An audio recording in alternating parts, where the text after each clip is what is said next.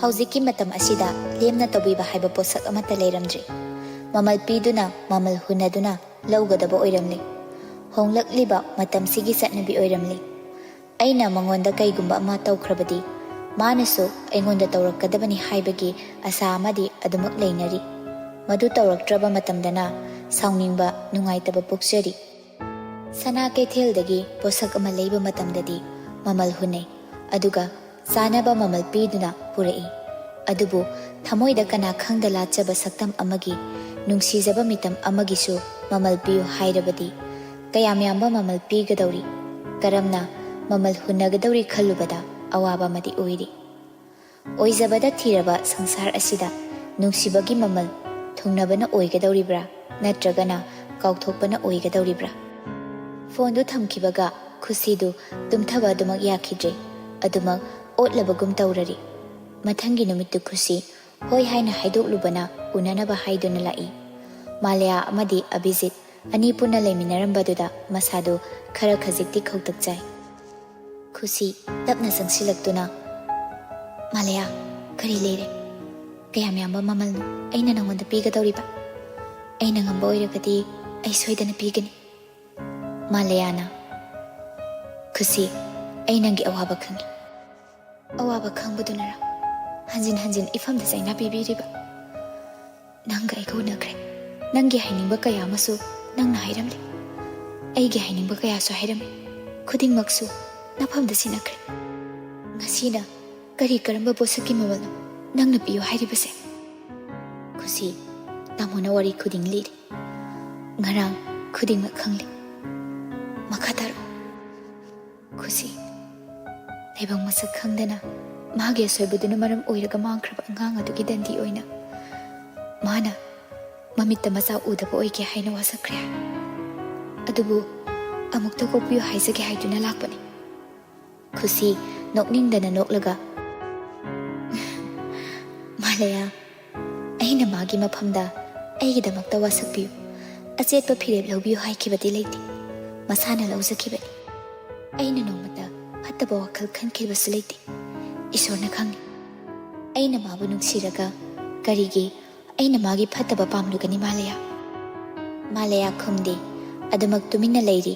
Khusi makha tarai nakhoigi yumbanbagi marida aina yauruba natraga aina hangba haibase aigi hak nate ithausu leiti adubu ai ngasidi hangi nangga Abhijitka ngasi phawba yum palakpada kari karamba asetpa mari thamkhrabagi nate ai sibu phagiro ngehaki pendaba amagisu ifamda laktuna hairariba mamang thaktasu nasamakna laktuna nakhoi anigi marakta ayetpa oibiranu haiduna aibu zatkhro haibaduda aina harau harau yakibadu o aigi khongthangse samas asigi wangmalana thangba khongthangni khalladuna adubu haujiksu ngasisu nangi nasa yaudabagi maramsu aira haujikse asuki matik sakhatlabani nungani taknaraga mai hawi haiba matamdo haujikti natri mingonda wahang hangdringai nasana kayam yamba khongthang thangjilurga oidabanu haibadu khang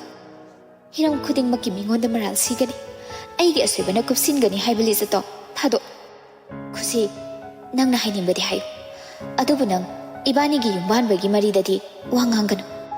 Malaya nasana ngangnaba sinjabani aisu ngangningba nate aina nangina kada yetpasu pamte yekhibasu leite asuk chawkhalaba matam asida suknagi icham chamba pukning wakhal laksinba ngamdana khankiba wakhal amana asuk yauna lugadaba nate nasa nasagi yumban marido yengjaw atopa lamlanbi amana wafamse haifamdi thoktabani. Khusi ai soikre. Khusi du khonjel khara kanna hairai madu pumnamaki matam haujikti loikre haukhre ai soikre ngakpiyo haiba wahisu taba pamde adugi wahaiduna ai isase iral pangleida leizaraba misak amagum phawale ngasi thokliba khuding asisu nangna nupa thokna aigidamakta lepiramba thoklabadi khudingmakse thoklamno.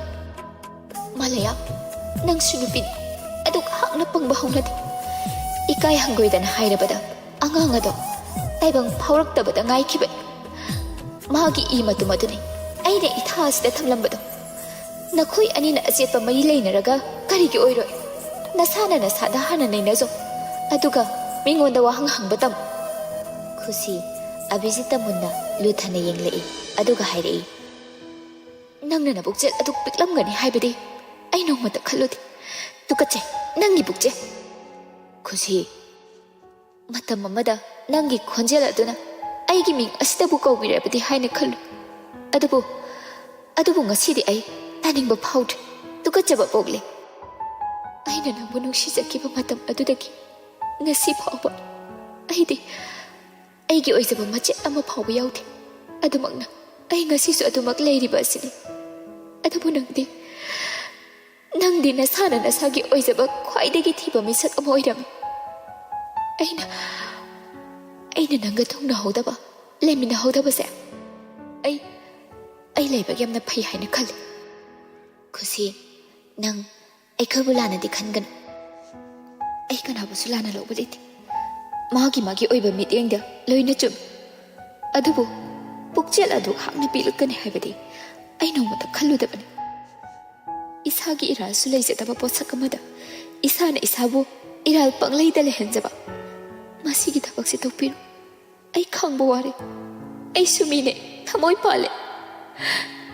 nakoigi aningba apambadu khak puraktuna ifamda git namsinba ai ngamdri nakoi da phawriba nungaitaba khudingmaki horakpamni yarani haibagi matagum iralji sirakan isulankre ara kharadi aigi phathaba ngamdaba ihulna nangbu nungai hankidre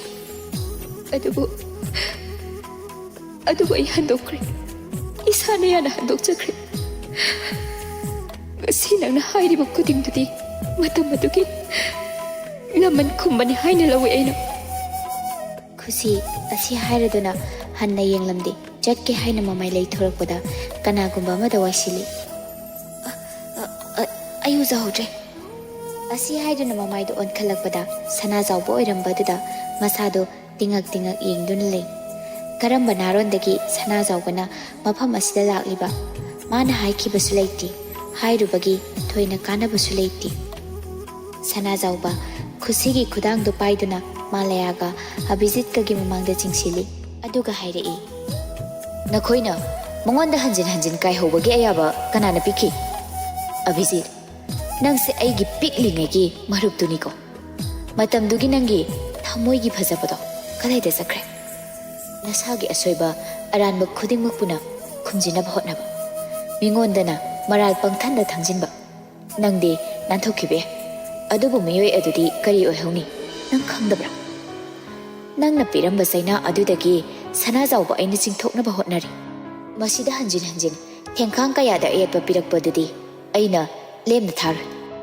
hojikti khusigi damakta sana zawba aina mangthana lebi lakningba laksana hainingba saisana ngasisu nakhoigi namangda sana zawba aina lepiba sini sana zawba ngasaidagi ngangliba wa aduda khusigi khutchasing adu thadokpa nati aduma khusigi khudangdo mana chingdana pukre khusisu adumangai sana zawbada mamit kupta yengje aduga sana zawbagi khongthanga manana adumak thangduna lai lambidani sana zawba aigi gari yaure thamam ai kona lauraki hojikti aigi sida sumjatlasi yaningdasu yar kamdangna no mafam asida nangna ngasai school chatabida somda chakibaduda khusi makha taba wahang hangludre adumak sana zawbagi garida tongli sana zawbana mayumgi maikai nataba lambi amada thawbadudadi khusi pakhatna kaidano thaurise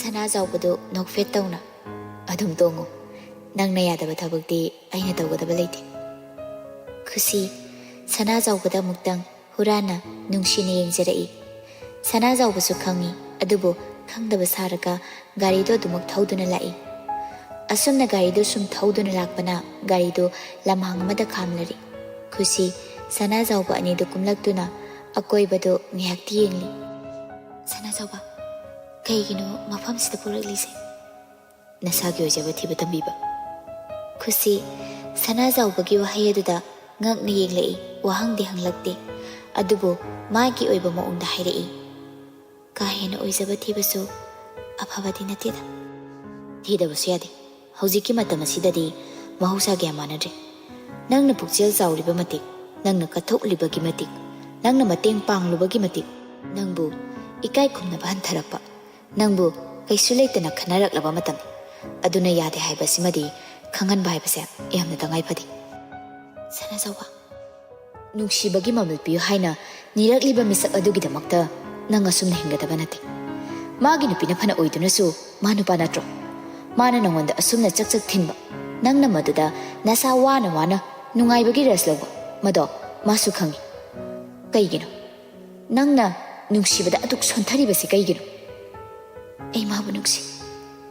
Handakti Sanazawba khonjeldu kankhattuna. Aina nangbu nungsibasina kari? Ha, phagiro. Nangi nungsiba khaktana nungsibra. Aigisina karino? Ha, khumu khusi. Ai leimanni khandokduna thamkhraba phizol. Kanagi haksangda thonjinba matamda dakpham amadi adamak leiragadaba. Khusi, nang lerang singari takrabra. Firongi matangdana isam samna pakthabi kaina haibado. Tare. Leimaida tare. Leiman chale hainabrane. Hainade. Singari do adumak khungatuna isorgi khuyada adumak katlibadane. Adumangai yeng firosu mina singthana draba mafamda phajaba mayam leibani. Thajadaba mafamda nga lei haibaduni kaugana khusi. Khusi mapi tana Sanazawbada yengjarai. Sanazawba nangi nungsiba asengba nungsibani haiba ai khangdaba nate. Adubu isam samsaba iseng sengsaba nangi thamoidada aina amotpa amakpa machu amate siningdi. Nangbu sengna lulu launa thamningi. Sanazawba khusigi khuchasing ado jejet paisinduna hairai. Nasana nasabu wajanaba sukyamna sinjaribasi kaigino khusi. Wamankri potharo. Isorna nangidamakta asengba umang ama khudol tamna ise lausinjahoko. Minane iham kalaknabaniko. Kalakpadi kalaksanuna. Puksel kaisu picture. Khusi. Tasengna nangi phirepse kai ai khangba pam. Ai yum palaroi lepe. Adudi yaroi. Ai khudimak kiri. Amuktangdi thajaba thamlaga yengbiyu. Nangbu thajabada ai chingnaba laite. Adubu Sanazawba marak thattuna nangidamak wababu ai wajaragi. Sanazawba halase ai kok yam chi. Ikoida jakrasiro. Paratraduna lawo tengi. Ado garido nangna heng khara pubiro. Garida cheksilidugum aingonda cheksinbiradiko. Kaibuno Sanazawba khumde khusibu karaklo haibagi matagum ingit tauraduna garido thauduna khusigi mayum tamna lakle. Somdana kamdauri Malaya lepkiba khompham adu machi lengda adumak lepli. Abhijit tapna jangsilaktuna Malaya haujiktada gyan laklabagum thingjinduna phajinduna thamlamba pirang adusu maning tamna simthahalli. Ai soikre. Kayam soiki haibano miyoibani asoiba amurak anirak tawba haibase machat. Adubu soikre haiba wahi ama lei haiduna wahi asigi marumda hanjin oidaba kaya tawbatudi. Tamona haiba thazarubagidamagta kaisu leitabi mi amana yumanbagi marida wahang hanglambaside ai nungairamgani khanbra. Malaya aigidau haibano. Tamo nang thamoi sengbiyo. Ai chatkra hairabasu ai yumadadagi chakhrage. Asumna sum chanainaraga leiba khusina ifamda chanainaraba nate. Mana oiramba thoglabadi isin pena su nganglamgani. Adubu tamona chanaineduna thamba oibana ai haifam khangdre. Ai sumine thamoi pale nungsiba masak khangba mine. Tamona mabu asumna kauba ngamloidaba leiradi tamogi penaba ai kidau haibano. Nangi loinabi oirubana mapuroibagi pukning penaba hotnaba haibasina aigi itaune. Aduna haibiro ai kidau haibano tamo ai kidau haibano. ꯑꯕꯤꯖꯤꯠ ꯈꯪꯍꯧꯗꯦ ꯃꯥꯂꯌꯥꯕꯨ ꯆꯦꯠꯅ ꯀꯣꯟꯁꯤꯟꯗꯨꯅ ꯏꯕꯥꯅꯤꯒꯤ ꯑꯅꯧꯕ ꯄꯨꯟꯁꯤ ꯑꯃ ꯍꯧꯔꯁꯤ꯫ ꯃꯥꯂꯌꯥ ꯇꯞꯅ ꯑꯕꯤꯖꯤꯠꯄꯨ ꯏꯟꯊꯣꯛꯇꯨꯅ ꯍꯥꯏꯔꯛꯏ꯫ ꯇꯥꯃꯣ, ꯋꯥꯔꯦꯞꯇꯨ ꯀꯌꯥꯔꯛ ꯂꯧꯈ꯭ꯔꯕ ꯋꯥꯔꯦꯞꯅꯤ꯫ ꯑꯗꯨꯁꯨ ꯋꯥꯔꯦꯞ ꯑꯗꯨ ꯈꯛꯇꯃꯛ ꯉꯥꯏꯍꯧꯔꯕ ꯋꯥꯁꯛꯅꯤ꯫ ꯑꯗꯨꯒꯨꯝꯕ ꯑꯅꯧꯕ ꯄꯨꯟꯁꯤ ꯑꯃꯒꯤ ꯑꯁꯥꯅ ꯅꯪꯕꯨ ꯄꯦꯟꯗꯅ ꯌꯦꯡꯂꯤ꯫ ꯉꯁꯤꯒꯤ ꯑꯅꯧꯕ ꯄꯨꯟꯁꯤ ꯑꯁꯤꯗꯁꯨ ꯊꯥꯖꯕ ꯉꯝꯗꯦ꯫ ꯌꯦꯡꯂꯤ ꯅꯪꯕꯨ ꯆꯤꯡꯅꯕ ꯃꯤꯠꯌꯦꯡꯅ꯫ ꯍꯧꯖꯤꯛꯇꯤ ꯇꯥꯃꯣꯅ ꯂꯧꯔꯛꯄ ꯋꯥꯔꯦꯞ ꯈꯨꯗꯤꯡꯗ ꯑꯩ ꯋꯥꯍꯪꯁꯨ ꯍꯪꯂꯔꯣꯏ, ꯄꯦꯟꯗꯕꯁꯨ ꯂꯩꯔꯔꯣꯏ꯫ ꯇꯥꯃꯣꯅꯕꯨ ꯍꯔꯥꯎꯒꯅꯤ ꯍꯥꯏꯔꯕꯗꯤ ꯑꯩ ꯈꯨꯗꯤꯡꯃꯛ ꯌꯥꯔꯦ꯫ ꯆꯠꯂꯁꯤ, ꯄꯨꯡꯁꯤ ꯊꯦꯡꯈ꯭ꯔꯦ꯫ ꯃꯥꯂꯌꯥ ꯑꯁꯤ ꯍꯥꯏꯔꯗꯨꯅ ꯃꯥꯡ ꯊꯥꯗꯨꯅ ꯆꯠꯈꯠꯄ ꯍꯧꯏ꯫ ꯑꯕꯤꯖꯤꯠꯁꯨ ꯎꯄꯥꯏ ꯂꯩꯇꯦ ꯑꯗꯨꯃꯛ ꯂꯥꯛꯂꯤ꯫ ꯑꯅꯤꯗꯨ ꯋꯥ ꯂꯥꯡ ꯑꯃꯠꯇ ꯉꯥꯡꯅꯗꯅ ꯃꯌꯨꯝꯗ ꯂꯥꯛꯏ꯫ ꯈꯨꯁꯤꯁꯨ ꯁꯅꯥ ꯆꯥꯎꯕꯅ ꯊꯤꯜꯂꯝꯗꯨꯅ ꯊꯝꯃꯝꯃꯒ ꯊꯣꯡꯒꯥꯜꯗꯒꯤ ꯃꯈꯣꯡꯅ ꯆꯪꯂꯛꯄꯗꯨꯗ ꯁ꯭ꯌꯥꯝꯅ "ꯒꯥꯔꯤꯅ ꯀꯗꯥꯏꯗ ꯊꯝꯃꯝꯃꯕ ꯏꯕꯦꯝꯃ?" "ꯕꯥꯕꯥ, ꯒꯥꯔꯤꯗꯨ ꯌꯥꯔꯛꯇꯗꯅ ꯋꯥꯛꯁꯣꯞꯇ ꯊꯝꯃꯝꯃꯕ." "ꯍꯩꯃꯥ, ꯑꯗꯨꯕꯨ ꯌꯥꯗꯧꯔꯤꯕ꯭ꯔꯣ?" "ꯌꯥꯅꯤꯗ, ꯁ꯭ꯀꯨꯜ ꯃꯅꯥꯛꯇꯅꯤ, ꯍꯌꯦꯡ ꯑꯗꯨꯝ ꯂꯧꯁꯤꯜꯂꯒꯦ." ꯈꯨꯁꯤ ꯑꯁꯤ ꯍꯥꯏꯔꯝꯗꯨꯅ ꯃꯅꯨꯡꯗ ꯆꯪꯈꯤ꯫ ꯂꯩꯃꯅ "ꯃꯣꯏꯄꯥ, ꯅꯆꯥꯅꯨꯄꯤꯒꯤ ꯃꯥꯏꯊꯣꯡꯁꯤ ꯀꯩꯅꯣꯝꯃ ꯏꯇꯧ ꯇꯧꯗ꯭ꯔꯣ?" "ꯈꯪꯗ꯭ꯔꯦꯗ ꯃꯃꯥ, ꯑꯩꯗꯤꯅꯦ ꯏꯆꯥꯒꯤ ꯑꯍꯣꯡꯕꯒꯤ ꯃꯥꯏꯊꯣꯡꯒ ꯎꯗꯕ ꯀꯨꯏꯔꯦ." "ꯍꯣ, ꯀꯨꯏꯔꯤꯅꯤꯌꯦ, ꯀꯨꯏꯔꯤꯅꯤ꯫ ꯉꯥꯟꯕꯗꯣ ꯐꯣꯟ ꯑꯃꯨꯛꯇ ꯇꯧꯈꯣ, ꯉꯁꯤꯗꯤ ꯑꯣꯛꯇꯣꯗ ꯂꯥꯛꯑꯣ ꯍꯥꯏꯗꯅ ꯇ꯭ꯌꯨꯁꯟ ꯍꯜꯂꯛꯄꯗꯣ꯫ ꯒꯥꯔꯤ ꯂꯩꯇ꯭ꯔꯕꯅꯤꯅ ꯃꯣꯏ ꯄꯥꯎꯅ ꯂꯧꯕ ꯆꯠꯄꯁꯨ ꯌꯥꯔꯔꯣꯏ." "ꯏꯍꯦ, ꯃꯧꯅ ꯀꯗꯥꯏꯗ ꯑꯃꯨꯛ ꯆꯠꯈ꯭ꯔꯦ?" "ꯀꯥꯗ ꯇꯨꯝꯃꯝꯅꯤ ꯀꯩꯅꯣ." "ꯃꯁꯤꯃꯁꯨꯅꯦ ꯇꯨꯝꯕꯒ ꯆꯥꯕꯒ ꯃꯁꯥꯁꯦ ꯈꯔ ꯂꯩꯔꯗꯤ ꯑꯣꯛꯄꯤ ꯃꯥꯜꯂꯛꯇꯅꯅꯦ ꯗꯥꯏꯇꯤꯡ ꯇꯧꯒꯦ ꯑꯃꯨꯛ ꯍꯥꯏꯔꯛꯑꯅꯤ ꯇꯧꯔꯤꯁꯦ." ꯑꯁꯤ ꯍꯥꯏꯗꯨꯅ ꯂꯩꯃ ꯔꯥꯙꯤꯀꯥꯕꯨ ꯇꯥꯅꯕ ꯀꯧꯏ꯫ "ꯔꯥꯙꯤꯀꯥ, ꯍꯩ ꯔꯥꯙꯤꯀꯥ, ꯇꯥꯕ꯭ꯔꯅꯦꯍꯦ ꯅꯪꯕꯣ? ꯅꯅꯝꯃ ꯍꯜꯂꯛꯑꯦ, ꯆꯥꯗꯣ ꯂꯣꯜꯂꯒꯅꯦ ꯃꯥꯒꯤ ꯀꯥꯗ ꯈꯔ ꯄꯨꯔꯛꯎ, ꯑꯩꯁꯨꯅꯦ ꯑꯗꯨꯗ ꯂꯩꯔꯝꯃꯒꯦꯀꯣ." ꯂꯩꯃ ꯑꯁꯤ ꯍꯥꯏꯔꯝꯗꯨꯅ ꯃꯆꯥꯅꯨꯄꯤꯒꯤ ꯀꯥꯗ ꯂꯥꯛꯏ꯫ ꯈꯨꯁꯤꯗꯨ ꯃꯐꯤꯒ ꯍꯣꯡꯗ ꯏꯇꯤꯡ ꯇꯤꯡꯅ ꯐꯃꯨꯡ ꯑꯗꯨꯗ ꯐꯝꯗꯨꯅ ꯂꯩꯔꯝꯃꯤ꯫ ꯂꯩꯃꯅ "ꯍꯩꯃꯥ, ꯏꯕꯦꯝꯃ, ꯅꯪꯗꯤ ꯀꯩꯗꯧꯔꯕ? ꯅꯐꯤꯒ ꯑꯃꯠꯇ ꯍꯣꯡꯗꯗꯅ ꯇꯧꯔꯤꯗꯨꯕꯣ?" ꯈꯨꯁꯤ ꯀꯞꯂꯨꯕꯒꯤ ꯃꯄꯤꯗꯨ ꯐꯠ ꯐꯠ ꯇꯩꯊꯣꯛꯂꯒ "ꯏꯃꯥ, ꯀꯩꯁꯨ ꯇꯧꯗꯦꯗ, ꯁꯨꯝ ꯈꯔ ꯋꯥꯔꯕ." "ꯋꯥꯕꯒꯤ ꯁꯛꯇꯝ ꯃꯥꯟꯗꯦ. ꯏꯆꯥ ꯀꯩꯗꯧꯔꯒꯦ? ꯏꯃꯥꯗ ꯍꯥꯏꯌꯨꯁꯦ." "ꯏꯃꯥ, ꯑꯩꯁꯦ ꯌꯥꯝ ꯐꯠꯇꯕ ꯃꯆꯥꯔꯥ?" "ꯀꯅꯥꯅ ꯍꯥꯏꯔꯤꯅꯣꯅꯦ? ꯂꯝꯕꯥ ꯇꯧꯊꯣꯛꯅꯒꯦ ꯏꯆꯥꯗ ꯐꯠꯇꯦ ꯍꯥꯏꯔꯤꯕ ꯃꯤꯗꯣ꯫ ꯑꯩꯅꯅꯦ ꯅꯪꯕꯨ ꯏꯆꯥ ꯑꯣꯏꯅ ꯐꯪꯖꯕꯗꯤ ꯑꯩꯒꯤ ꯈ꯭ꯋꯥꯏꯗꯒꯤ ꯂꯥꯏꯕꯛ ꯐꯕꯅꯤ. ꯅꯨꯡꯇꯤ ꯅꯨꯃꯤꯠ ꯈꯨꯗꯤꯡꯒꯤ ꯏꯁꯣꯔꯕꯨ ꯑꯩꯅ ꯊꯥꯒꯠꯂꯤꯕꯅꯤꯅꯦ." ꯈꯨꯁꯤ ꯃꯃꯥꯗ ꯅꯨꯡꯁꯤꯅ ꯌꯦꯡꯖꯔꯛꯏ ꯑꯗꯨꯒ ꯖꯦꯖꯦꯠ ꯀꯣꯟꯁꯤꯟꯗꯨꯅ ꯀꯞꯆꯔꯛꯏ꯫ "ꯏꯃꯥ."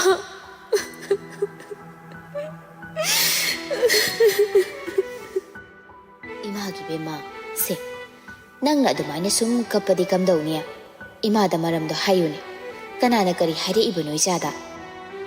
"ꯏꯃꯥ, ꯑꯩ ꯍꯤꯡꯅꯤꯡꯗ꯭ꯔꯦ. ꯑꯩ ꯌꯥꯝ ꯋꯥꯔꯦ ꯏꯃꯥ. ꯑꯩ ꯁꯤꯅꯤꯡꯉꯦ ꯏꯃꯥ.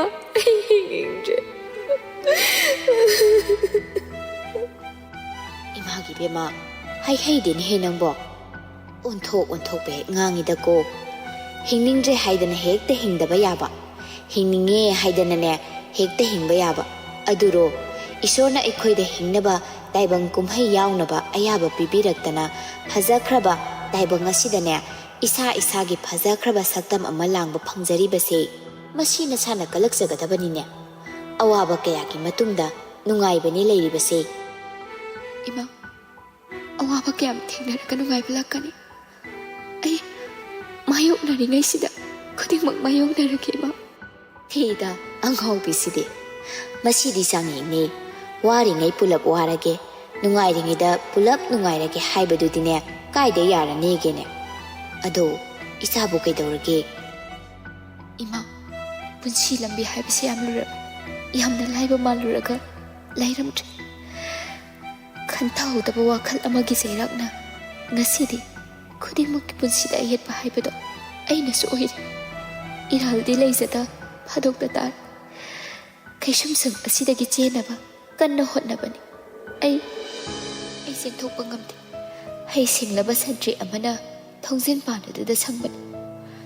Adubu ngasidi hei singlaba santri amana aibu ining ikha tamanba kum pokli. Adubu aina karamba matamda mahakpu thazaba haibadi ai ngamdre ima. Khusina hairiba wahaygi artra mamadu khanglibani. Machanupina palliba santrina kana, maning tamhalibana kana, machagi warigi marak thatta, makha tarao haibagum adumuktari leimadu. Ima, aina wafamse imada hairiba matungda nasabu warobiganu ko, uktabini haina sulobiganu. Leima pakhatna machada. Ibema, nang kaidaure. Nangidamakta ima leiribasidi, nangidamak nangi pabung naupa loina leirine. Hayo, isa kaidaure. Ima, ai leisabi natre. Leima masagi wahaidida phamlamba adu phuk hawgali. Radhika su leimana ngasai hairambagi matung ina saadu puduna lakpani. Adubu khusigi wadu tabada pairak liba tree adu leimaida puk thadai. Anidu khonjel adugi maikei tamne yenglei.